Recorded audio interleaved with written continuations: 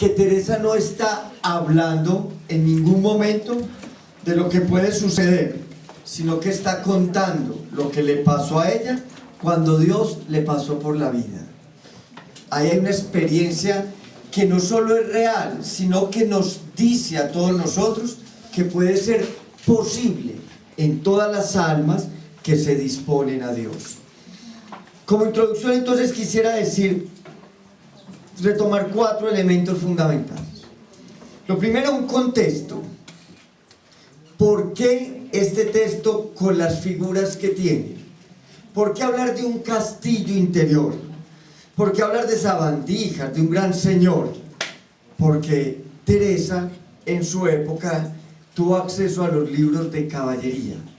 Recuerden que en el siglo XVI la mujer no podía acceder a los estudios y mucho menos a la lectura. Pero la mamá de Teresa, para tenerla un poquito quieta y juiciosa, le permitió y le enseñó a leer. Era una gran señora, una doña. La mamá de Santa Teresa, como lo fue ella también podía tener conocimiento de algo de lectura. Y los libros que caían en sus manos eran algunos libros espirituales, pero en general, libros de caballería, que eran los de la moda. De ahí nace la obra del Quijote. Cervantes lo que quiso hacer fue una parodia, burlarse de todas estas historias de caballería, donde todos resultaban como tan triunfantes, tan caballeros, tan buenos mozos, tan guerreros, que al final no fueron tanto, porque al menos los que fueron a las cruzadas salieron en su gran mayoría derrotados, porque eran niños muy pupis. Entonces ya enfrentarse a la guerra no era tan fácil, ¿cierto?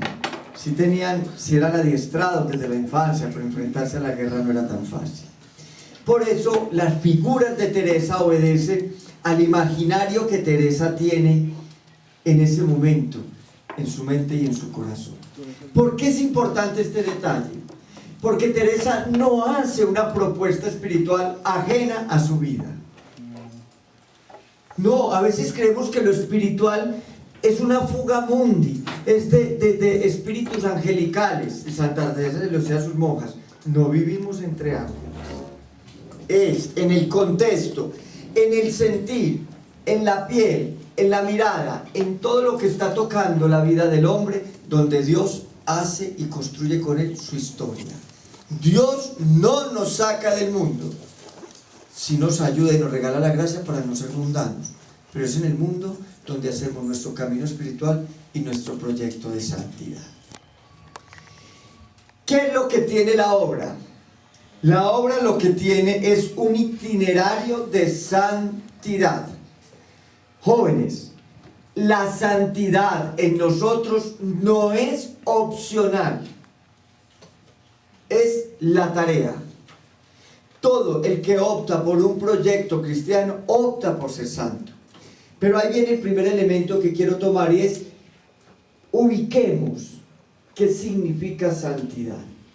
Porque cuando nos hablan de santo, nos hablan de figuras montadas en unos nichos, gente que hizo cosas muy extraordinarias e inclusive excéntricas, que para mí no son santidad y que a mí no me antojan de nada. Pues yo hacerme santo porque duermo colgado como dormía Santa Rosa de Lima, no, que sea santa ella. ¿Qué hizo santa aquí a los de Ecuador? A Santa Marianita. Todos sus cilicios y todas las cosas que utilizó, eso era propio de la época. Eso no la hizo santa, eso la hizo boba, golpeada, lastimada. Ojo, que la hizo santa, que todo eso lo hizo por amor a Dios. Que en la época se entendía que esa era la forma de darle respuesta a un amor primero. Pero la santidad no es lo excéntrico. Santa Teresa no es santa porque tuvo algunas gracias místicas que además le aterraban, lo que ella llamaba los arrobamientos, que no le gustaban para nada. El Padre Pío no es santo porque tuvo unos estigmas, ni San Francisco, porque a veces eso es lo que estamos buscando, y más que nunca en estos tiempos, con unas propuestas espirituales muy extrañas. Usted no es santo porque un día estaba orando y se levantó del piso. Yo le pido mucho a Dios que no me mande absolutamente nada de eso. Usted no es santo porque un día en un rosario le cayó escarcha. Yo he ido a muchos rosarios de escarcha, a mí no me ha caído ni la más mínima escarcha. Es más, no la he visto, soy ciego a la escarcha. ni porque la Virgen se agache y le hablan al oído, o porque el santo de la procesión le apague a uno un ojo.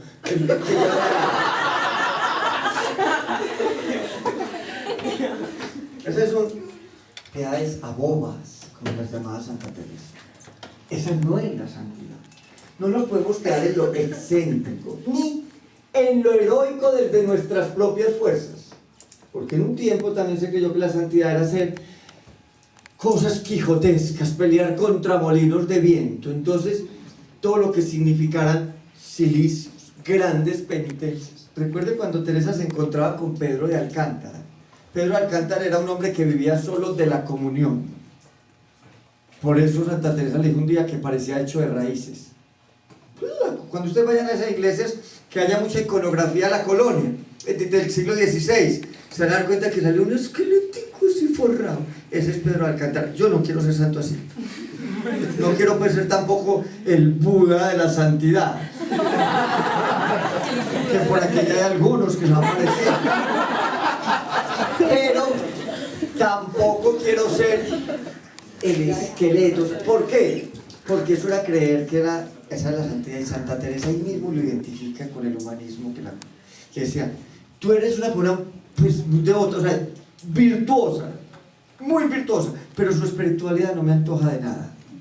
Y era su asesor y hablaba con él y lo escuchaba, lo veía muy santo, pero decía, a mí esas piedades no me gustan. No. Y si esta está enferma, denle doble porción de carne, que necesita aliviarse. Cuidemos. ¿Qué quiere decir eso? Que la santidad no es una obra nuestra. Es que yo me voy a hacer santo, no. Ese es el deseo que usted tiene.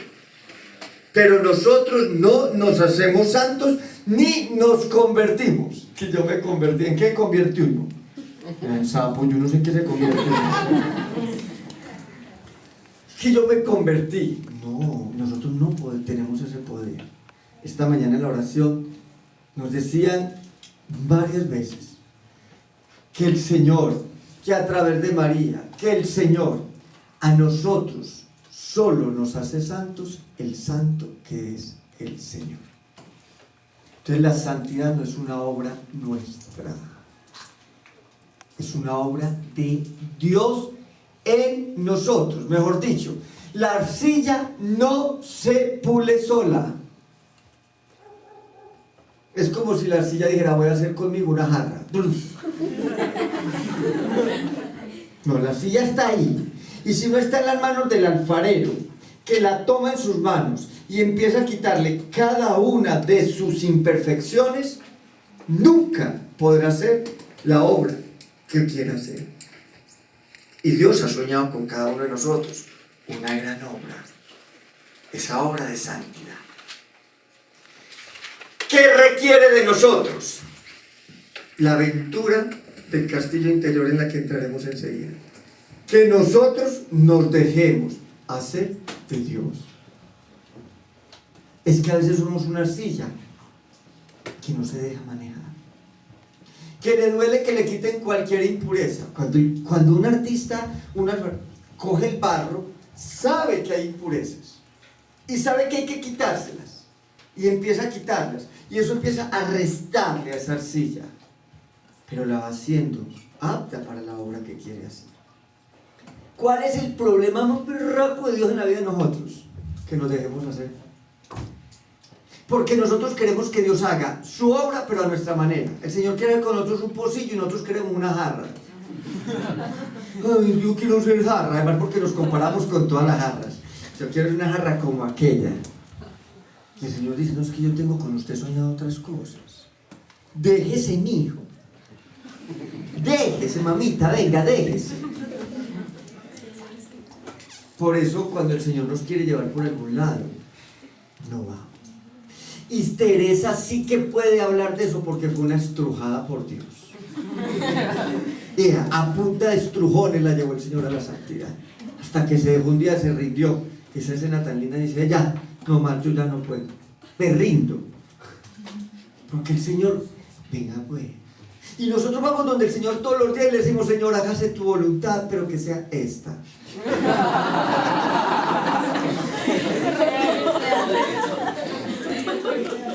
Y el Señor No puedo orar así. ¿Por dónde te quiere llamar? ¿A cuántos de ustedes no los ha llamado el Señor a una vida espiritual más profunda? Y no puede. Inclusive vocacional, hay muchos que han sentido, y si yo me meto, qué susto. Y el Señor empieza a tocar deseos que no son irrealizables, dicho por Teresita. Cuando el Señor coloca deseos en el corazón del hombre, Dios no coloca deseos irrealizables, es porque los puede realizar. Pero es que yo no. Y empezamos a buscar pretextos. Es que yo soy así. Es que yo soy muy pecador. Es que yo no voy a poder con eso. No, es que a mí me dominan las mujeres. No, es que a mí no me así. No, es que el Señor me quiere llevar por acá, pero es que ¿cómo dejar los amigos? Y el Señor todos los días se te va asomando y te va diciendo. Primer elemento fundamental, la obra es de Dios. Y solo será posible en la medida en que nos dejemos hacer de Él. Teresa se opuso porque el Señor la quería llevar por un lado y ella por el otro. Mire que ella empezó con todo esto de cilicios. Se azotaba, ella creía que ese era el camino espiritual y el Señor se le asomaba tiernamente, hecho hombre, y le decía: ¿para qué se va a lastimar? ¿Para qué se va a lastimar? Por eso esa escena de Teresa el cuerpo que pues creó escándalo, porque salía una mujer con el torso desnudo, porque es que nos da mucha pena la desnudez, pero el Señor nos toca desnudos. Lo cantamos esta mañana, desnudos ante ti. Hay una escena muy linda, porque Teresa empieza azotándose y le muestran en un momento la espalda llena de marcas, pero en ese momento ella no tiene ni una sola marca. La única marca la tiene la mano que se pone sobre su hombro, y su espalda, que es la mano de Jesús, y es su porque Jesús le dice a Teresa: tú no tienes por qué llevar heridas, yo las voy a llevar por ti. Y ahí empieza Teresa a captar que esta no es una experiencia de sufrimiento, sino de amor. Y si el amor trae consigo sufrimiento, gloria a Dios, porque lo primero no es el sufrimiento, es el amor. Entonces, si el Señor nos hace santos por el amor. Hay que conocer entonces, como segundo elemento, quién es el que va a ser santo y quién lo va a hacer santo. El que va a ser santo es la condición humana, la vasija de barro. Ese texto de Pablo nos ha enloquecido a todos. Llevamos este tesoro en vasijas de barro, es bellísimo, y nos agarramos a cuidar la vasija y se nos pierde el tesoro. Le hemos dado más protagonismo a la vasija, que se puede romper, fracturar, desorejar, que al tesoro. Y por eso cargamos culpas y remordimientos y angustias, y no somos capaces de reconocer que en eso que es tu pecado, tu fragilidad, tu ruptura, Dios está haciendo su obra, porque todavía tienes el tesoro. Yo no cuido tanto la vasija, el tesoro, que no me pierdo, porque sin tesoro, así la vasija sea perfecta, no vale nada. Lo que hace que valga la vasija, así esté remendada una y otra vez, así esté empatada con alambre, así esté pegada con silicona, es que el tesoro sigue ahí. Y ese es el verdadero valor de la condición humana, el tesoro que lleva dentro. Y Teresa lo dice de una manera especial: el alma es un castillo de cristal. El alma somos nosotros. Somos un castillo de cristal. Y ella va descubriendo que está empañando ese castillo, que está enlodando ese castillo, que está haciendo que ese castillo esté llenándose de podredumbre, y detecta el pecado. Y dice: ¿cuál es la aventura de la santidad? Aventurarnos a entrar en lo profundo de nosotros mismos. Ya somos santos, nos tenemos que descubrir en ese camino como seres que participamos de la santidad de Dios. ¿Y qué mejor propuesta para un joven que le gustan las aventuras? ¿Para qué se va a ir a acampar bien lejos a aguantar frío? Métase al castillo, haga esa aventura, Apasionese, arriésguese. Eso es lo que nos está diciendo el Señor a través de Teresa. Mire, usted está a la puerta, mándese. ¿Para qué se va a quedar volteando, dándole vuelta al castillo en medio de la sabandija, pateando sabandija y diciendo, yo soy miserable, es que yo peco mucho, es que yo me equivoco a diario, es que yo me lastimo, es que yo no tengo fuerza? Y el Señor le dice, láncese. No nos hemos ido a pasar plata. Aquí muchos se vinieron quebrados, hasta debiendo plata. Si en Cúcuta no venden los muebles, están jodidos. Yo sé. Pero se aventuraron. ¿Quién los empujó? El Señor. Pero es que esta aventura, desde la epidermis, desde la piel, desde los pies, desde la mirada, es muy fácil. Pero lanzarnos hacia adentro, a empezar a caminar cada una de esas moradas para llegar al centro limitado. Quien hace el camino de santidad de la mano de Dios, eres tú. Con la familia que tienes, con la historia que vives, con las precariedades que son, yo he constatado profundamente mi pecado. Y yo me podría quedar lamentando y arrastrándome en el fango, o mirándolo a él y diciéndole, ahora más que nunca necesito de ti, como lo decían ahora hermosamente en el rosario. Si no fuera por esa fragilidad, nos creeríamos dioses. Miramos a Dios y le digo, pídame lo que quiera a mí. Gracias, Señor, porque soy así. Seríamos el fariseísmo adentro en el templo. Es que yo lo cumplo todo, es que yo me justifico solo. Pero somos ese publicano a la puerta del corazón diciéndole, ten compasión de mí. A mí me tiene que lanzar a los brazos de él. Yo le digo, si agarrado de vos me pierdo, donde me suelte mejor todo. No me puedo. Para mí ese es el don del temor de Dios. El temor de Dios no es temerle a Dios. Para mí el temor de Dios es el miedo, el pánico que me da de estar sin él. Porque sé a dónde termina arrojando mi vida. Yo lo sé. Yo estuve un tiempo en el país lejano. Después de volver a casa, yo no vuelvo de los cerdos. ¡Qué susto! Ojo, el camino lo hace la condición humana. ¿Y hacia dónde? ¿Hacia quién? Y ahí viene la figura de Dios.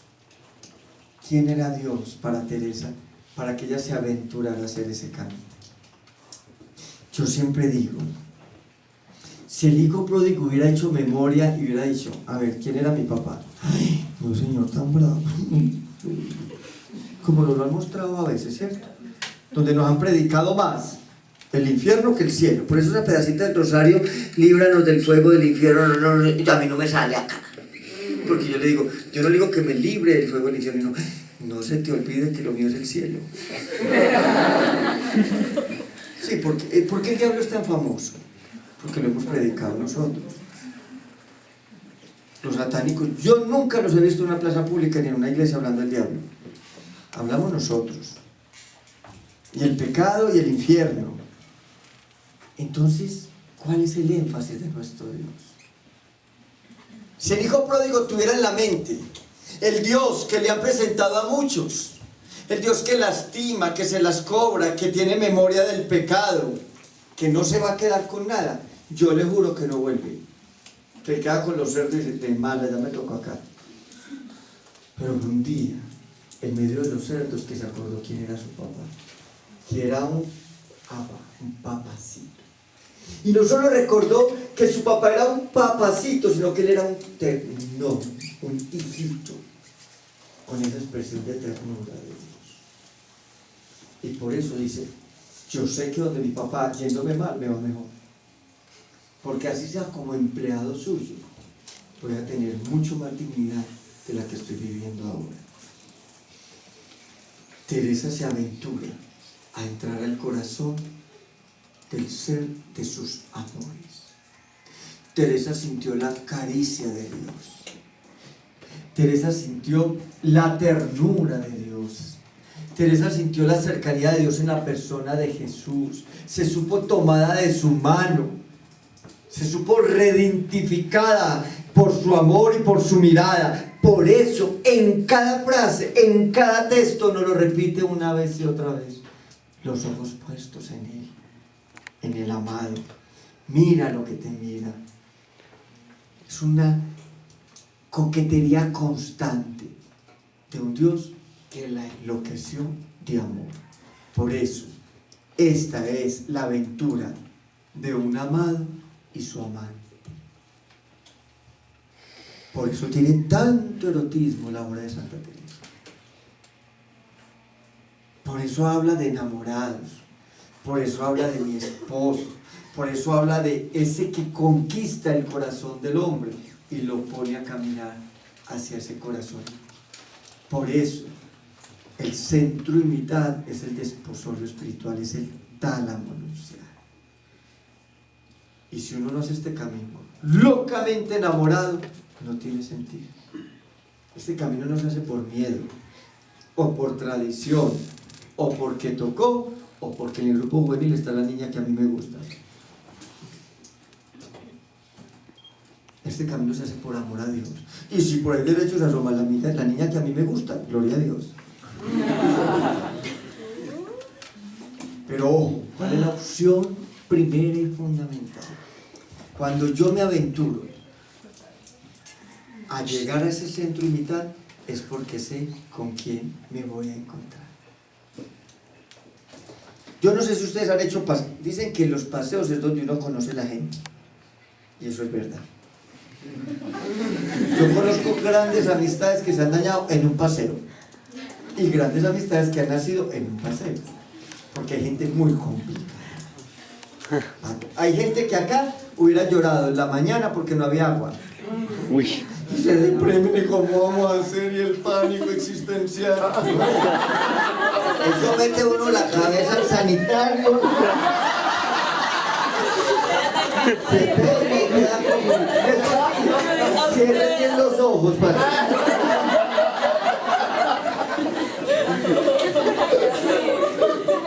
Pero ¿por qué les digo y les hago esa caricatura? ¿Saben por qué? Porque uno no se aventura a entrar en el corazón del otro cuando ese otro no le ha dado por lo menos certezas de quién es. Y cuando lo hace y se aventura sin conocer, corre grandes riesgos de salir profundamente lastimado. Teresa no se aventura de un día para otro. Son días y años de coqueteo y de acercarse y de mirarse y de hacerse reclamos. ¿Cómo peleaba Teresa con Jesús? Con razón tienes tan pocos amigos, le decía. ¿Cómo le reclamaba? ¿Cómo fueron generando un lenguaje íntimo? Unas miradas íntimas, unos gestos íntimos, unos encuentros íntimos. Por eso estando muchas veces a solas. Y eso hace parte del camino espiritual. Jóvenes, si es de un enamorado y su amante, es un camino, no es una jornada de camino. Tercer elemento, es un camino que se hace en fidelidad. Y la fidelidad no es estar al lado del otro, eso se llama aguante. La fidelidad es lucharle todos los días al amor para yo levantarme cada vez más enamorado de ti. Nosotros somos fieles en este camino si hoy amanecimos amando más al Señor que ayer. El Señor es fiel porque todos los días nos ama del todo. La respuesta de fidelidad tiene que ser del hombre, de nosotros. Y apostarle todos los días, aun cuando esté nublado, aun cuando nos acompañe, como decíamos ahora en Rosario, la enfermedad o la dificultad económica, y a Él profesarle y confesarle nuestro amor. Si ustedes miran todas las moradas, ahí hay una beta importantísima para explorar. Desde el principio hasta el final, Teresa le está profesando su amor al Señor. Aún en medio de las batallas más difíciles, aún en medio de las sabandijas. Por eso, cada capítulo termina con un momento de oración. Ella no es capaz de terminarlo sin decirle piropos hermosos de amor al Señor. cómo Teresa hace un camino de fidelidad, porque sabe que Él es fiel, que el Señor es fiel. Porque a veces tiramos la toalla muy fácil, muy rápido. En las cosas del Señor, a la primera dificultad nos enfriamos. Al primer pecado, es que yo voy a hacer esto no me para nada, yo voy a seguir así. No, es una conquista diaria. No se les olvide que San Juan de la Cruz nos lo dijo. Esa dolencia de amor, esa herida de amor solo se cura con la presencia y la figura. Solo en el cara a cara se dará la plenitud, el éxtasis pleno del amor entre el amado y el amor. Pero qué rico saber que siempre estamos con esa sed de amor y de infinito, esa sed que llevó a Teresa a aventurarse a caminar lo que caminó. ¿Y cómo se da el proceso? El proceso se da como una transformación. Pero siempre les hablo de procesos, con una dinámica, con un primero y un segundo. Teresa no les dijo, sáltese el muro y llegue a la séptima morada. No, hay que pasar por todas. Y si nos quedamos mucho tiempo en las segundas, ella dice, no se angustien, que ya están ahí. ¿Te acuerdas cómo lo consuela uno? Porque ella sabe que vamos a patinar como patinó ella. Y a veces casi que nos devolvemos, ¿cierto? Uno dice, ay, ya volví, ya no estoy ni siquiera afuera. Estoy a kilómetros del castillo. Y uno vuelve y se encuentra, estando en las terceras, vuelven y aparecen sabandijas. Es un proceso de transformación. Por eso la figura culmen de la obra es el gusano transformado en mariposa. Y a veces nos hemos quedado con la figura de la mariposita, que es muy hermosa, y se nos olvida que la mayor parte del proceso es gusano. Pero para que el gusano se vuelva mariposa, sufre un proceso, y ese proceso requiere de un capullo, ¿cierto? ¿Y el capullo es qué? Una seda que finalmente va envolviendo el gusano. El gusano no es con una varita mágica, ¡pam!, mañana es mariposa. No. Requiere el proceso de dejarse enrollar. Cuando Santa Teresa nos invita a hacer la aventura, nos habla de la puerta del castillo, que es la oración. Entonces vamos a definir la oración, porque para mí la oración es la seda del capullo. Si la oración tuya es verdadera, tiene que generar cambios sustanciales en tu vida. El Señor, a través de la oración, cambia tu vida. Por eso es tan complicado encontrarse con el Señor, a través de la oración. El primer gran cambio es que a usted empieza a dolerle su pecado. Como es de aburridores. Porque uno antes pecaba y se confesaba, pero a uno no le importaba, uno le confesara para irse para el infierno. Pero cuando uno empieza a encontrarse con el Señor, con el Dios del amor, todo le duele. Todo le duele, no porque lo van a mandar para el infierno, sino porque siente que se está lastimando, que está lastimando esa relación tan linda que tienes con el Señor. Empieza a doler muchísimo. El pecado empieza a taladrar el corazón. ¿Qué es la oración para mí? La oración yo la identifico como Dios con una linternita en el corazón nuestro. Entonces el Señor, cuando tú empiezas a orar, coge la linterna y te dice, mira lo que tienes allá en el rincón del corazón. Ahí veo yo un resentimiento. Y usted, ay, sí. Entonces el Señor te dice, fresco, vamos a trabajar en eso. Yo te ayudo. Para sacar ese resentimiento necesitas mucho amor, mucho perdón en tu corazón. Yo te lo voy a regalar. Y cuando usted logra perdonar a ese papá que lo lastimó desde niño y usted dice, ya voy caminando hacia la perfección, el Señor le dice, te felicito, pero usted no miraba ya. Hay mucha vanidad. Ay, no. Y ojo, porque el Señor siempre viene de menos a más. El primero le da a uno contentillo, ¿cierto? El peluchito. El que te quiero.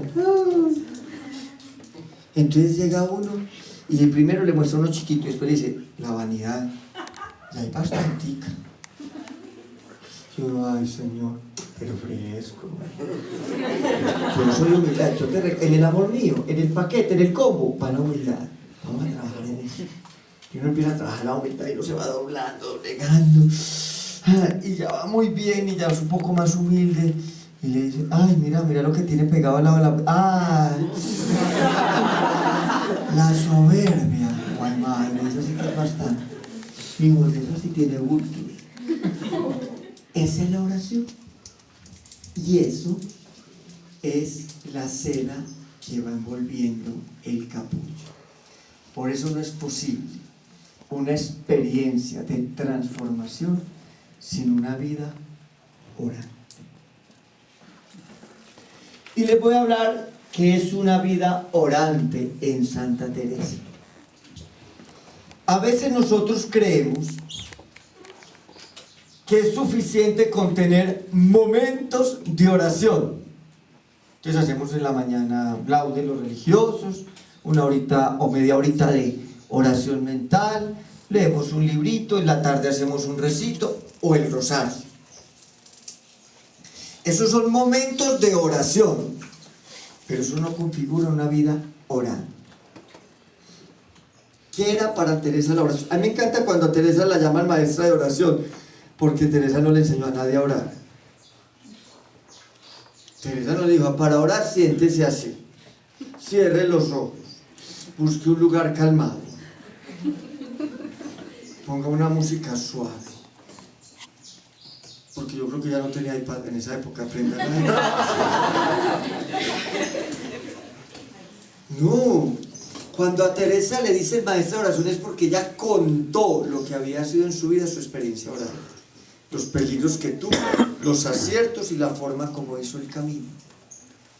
La oración para el carmelita en Teresa no es un momento de la vida, es una vida orante, es decir, es todo pensamiento, todo sentimiento, toda palabra y toda acción de la vida ofrecida por amor a Dios. Dicho de otra manera, es que toda nuestra vida se convierte en una respuesta de amor al amor primero que es Dios. Por eso ella es capaz de decir que entre los pucheros también anda el Señor. Y los pucheros son las ollas, la cocina y los quehaceres. ¿Por qué? Porque cuando uno tiene una experiencia profunda de amor, esa experiencia permanece y habita en el corazón todos los días y en cada momento de la vida. Usted aquí no está con su mamá, pero no deja de ser hijo.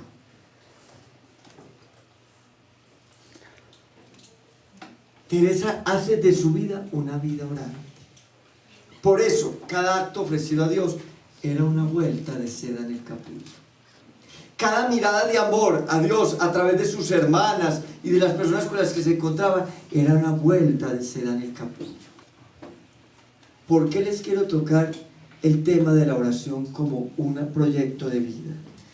Porque yo creo que esto nos tiene que servir para la vida y se puede quedar en un discurso en las alturas. Hay 4 escenarios principales en los que ustedes rompen a diario su capullo. Les quiero decir cuáles son. El primero, la familia. El segundo, su vida afectiva. El tercero, su vida social. Y el cuarto, su estudio. ¿Qué tanto amor hay de ustedes en su familia? Ahí es donde nos hacemos santos. Ahí es donde se da la transformación y muere el gusano. Porque a veces no son gusanos, sino vampiros. Son las sangres en sus casas. Cuando ustedes llegan a sus casas, después de estar orando y encontran en sus casas, dicen, llegó la alegría de esta casa. O están rezando para que este encuentro dure más tiempo. Entre todos los hermanos ahorran para despacharlos. Están felices sin ustedes. Porque a veces eso es lo que ocurre. En medio de la familia rompemos el camino y seguimos siendo gusanos detestables. ¿Cuántas expresiones de amor en la calle? ¿Y cuántas a nuestros papás? El te quiero, el te amo, el gracias. ¿Por qué se los digo? Porque es que el castillo interior nos tiene que llevar a eso. El camino en el Señor nos tiene que llevar a cositas concretas del día. Porque tú no puedes decir que estás avanzando en ese camino espiritual y sigues siendo el dolor y las lágrimas de los tuyos.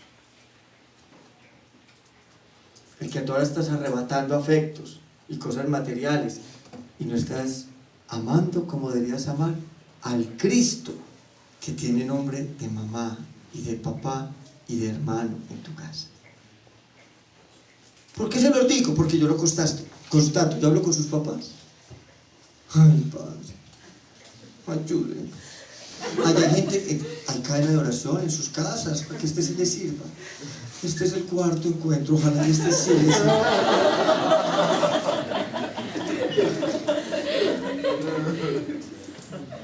Ojalá y este sí, Señor.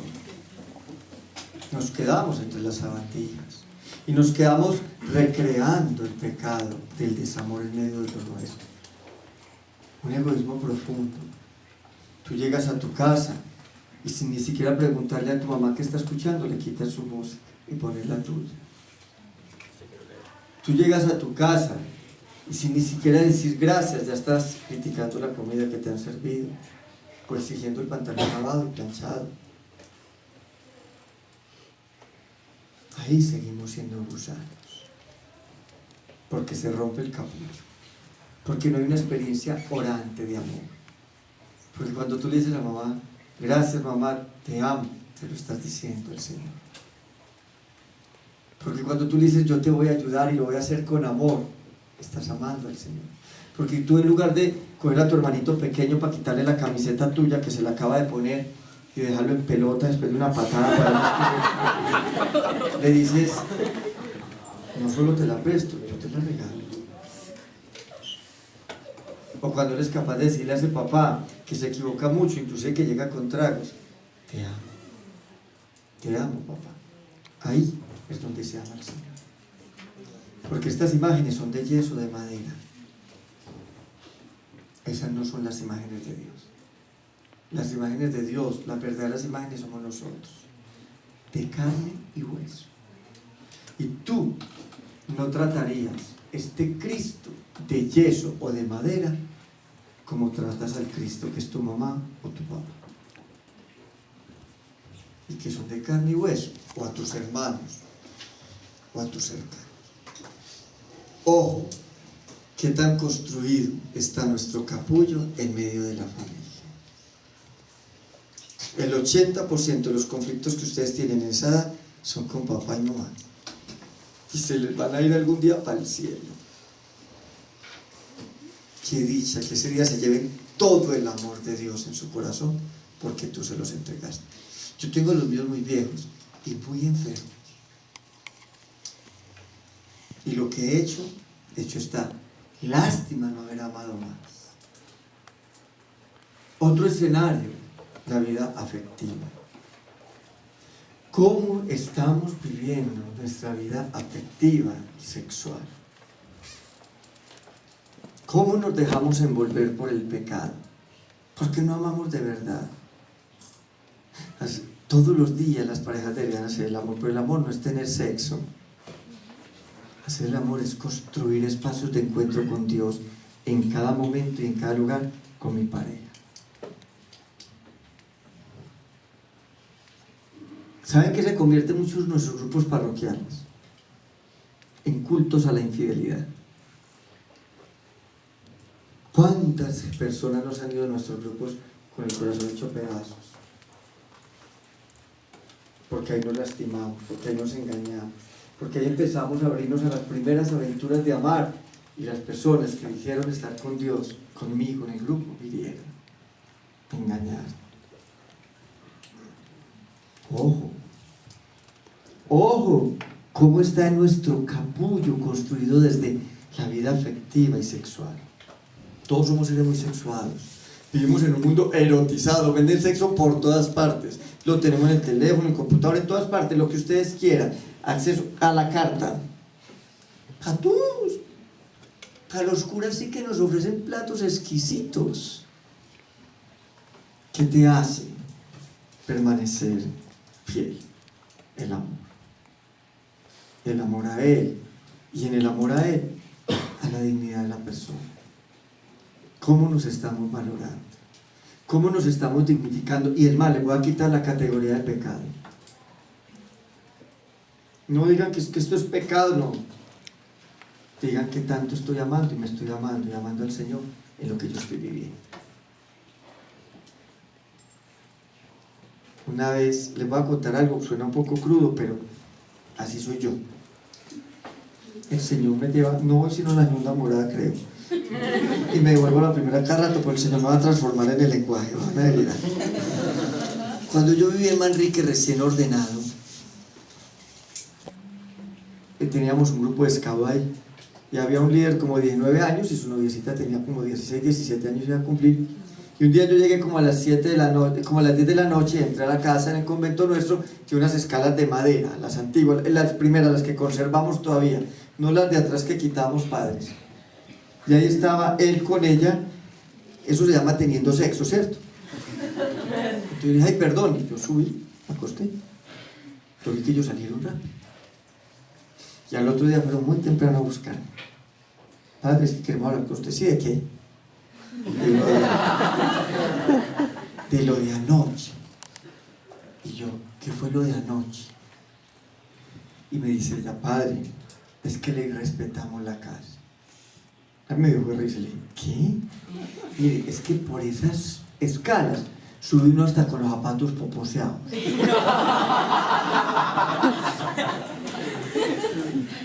Mamita, es que a la que estaban ultrajando en unas escalas era usted.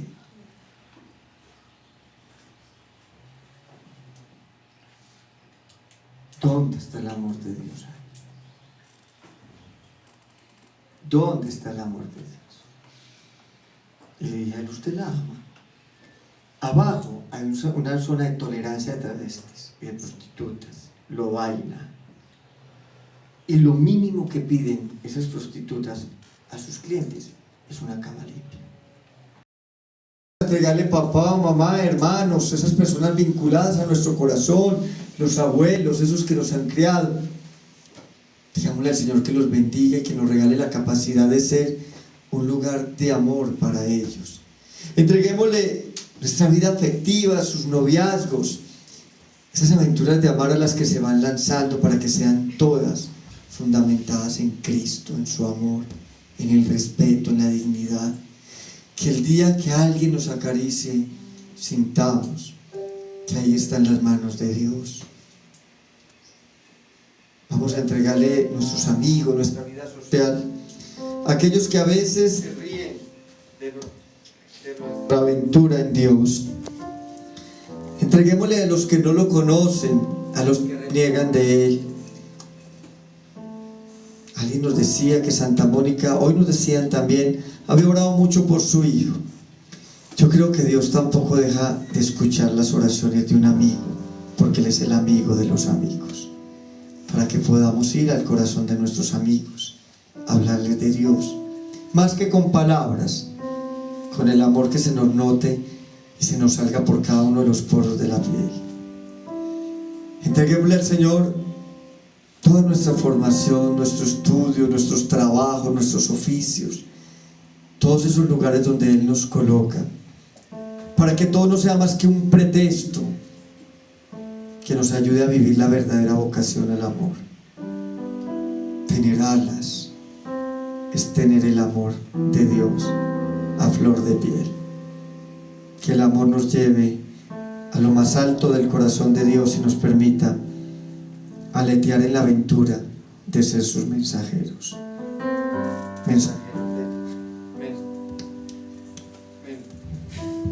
Mensajeros del amor de Dios en un mundo lleno de mensajeros del dolor.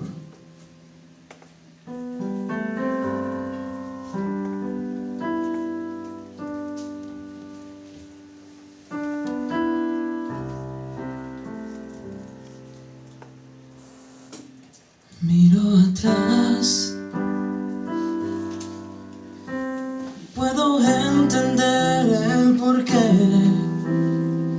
tantos problemas que yo viví.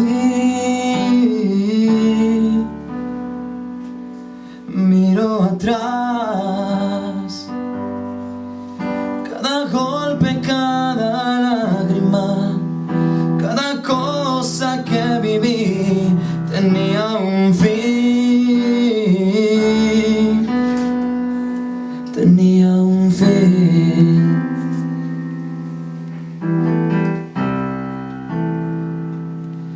Cada vez que a alguien le faltó a mi vida, cada ausencia que sentía, mi soledad, mil y una vez le fallé a los que más quería, causando cientos de heridas para entender que solo aquel que ha sufrido sabe amar, que todo esto me enseñó la verdad,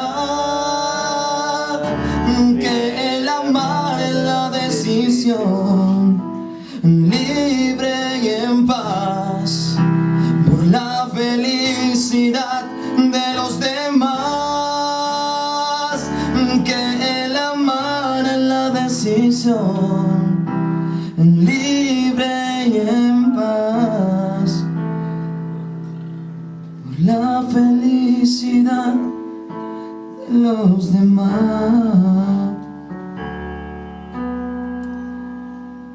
Cuando logro dejar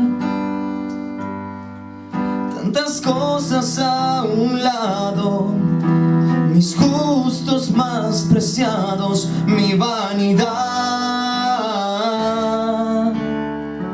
Cuando logro dejar de pensar en mí mismo, en mi absurdo egoísmo que me aleja más,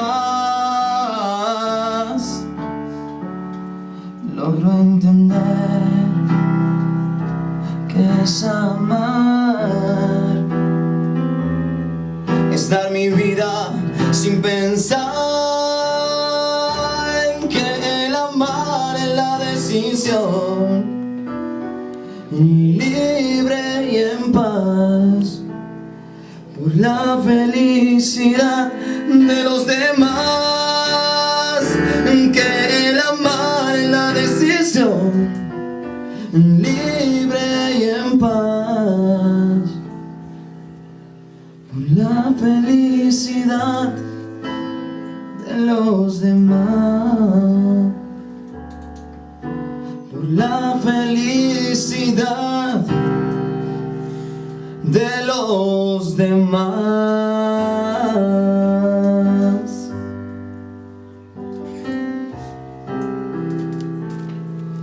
Por la felicidad de los demás. Dueño de amor, le regalamos un aplauso bien fuerte.